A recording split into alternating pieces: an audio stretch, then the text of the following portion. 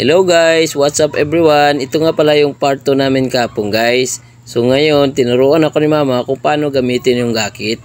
Kinakabahan ako dahil sobrang lalim talaga. Ito pala yung gamit nilang transportasyon noon kapag may bibinta silang produkto sa bayan.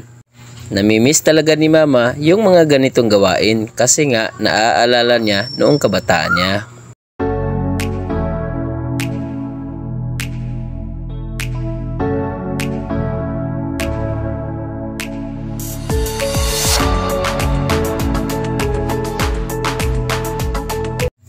Sinubukan na rin ng aking asawa sumakay ng gakit. Takot na takot siya dahil hindi siya marunong lumangoy.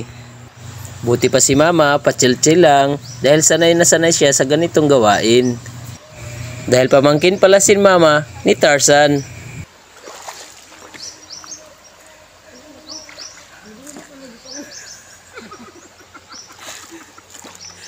At ayan guys, parating na sila. Kaya sinalubong ko na sila para hindi malaglag yung mga gamit. At ayan guys, sumaya na lang kami dahil hindi nalaglag yung mga gamit namin.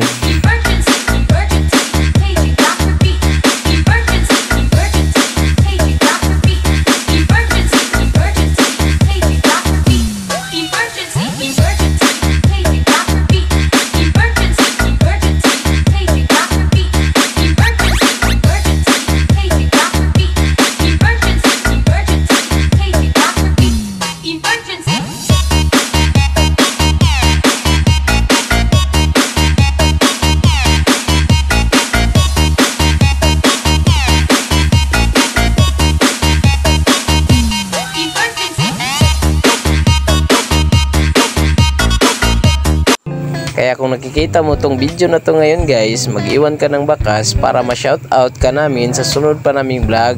Paalam!